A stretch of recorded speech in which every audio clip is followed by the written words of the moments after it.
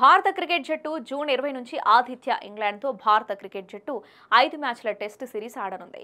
ఈ పర్యటన కోసం ఇప్పటికే భారత క్రికెట్ జట్టు ఇంగ్లాండ్ చేరుకుంది. అయితే భారత కోచ్గా గౌతమ్ గంభీర్ బాధ్యతలు తీసుకున్నప్పటి నుంచి టీమిండియాలో అనేక మార్పులు చోటు చేసుకున్నాయి. ఈ ఏడాది ఆరంభంలో బోర్డర్ గవాస్కర్ టెస్ట్ సిరీస్ మధ్యలోనే రవిచంద్రన్ అశ్విన్ అంతర్జాతీయ క్రికెట్కు వీడ్కోలు పలికాడు.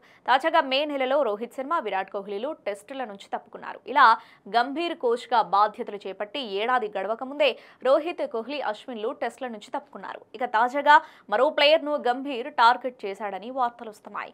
Team India allrounder Ravindra Jadeja England పర్యటన కోసం ఎంపికయ్యాడు. కానీ గంభీర్ టార్గెట్లో నెక్స్ట్ ఉంది రవీంద్ర జడేజా అని తెలుస్తోంది.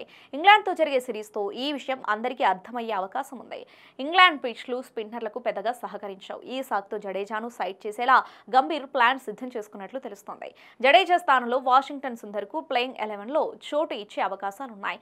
సుందర్తోనే స్పిన్ బౌలింగ్ వేయించాలనే ఉద్దేశంతో కూడా గంభీర్ ఉన్నట్లు సమాచారం. కాబట్టి అశ్విన్లా జడేజా కూడా ఈ సిరీస్ మధ్యలోనే రిటైర్మెంట్ ప్రకటించినా ఆశ్చర్యపోనక్కర్లేదు అని అంటున్నారు విశ్లేషకులు. అయితే ప్రస్తుతం జడేజా టెస్ట్ ఆల్రౌండర్స్ ర్యాంకింగ్స్ లో నెంబర్ 1గా ఉన్నాడు. అలాగే బౌలర్ల ర్యాంకింగ్స్ లో 10వ స్థానంలో ఉన్నాడు. టీమిండియా విజయాల్లో కీలక పాత్ర పోషిస్తున్నాడు.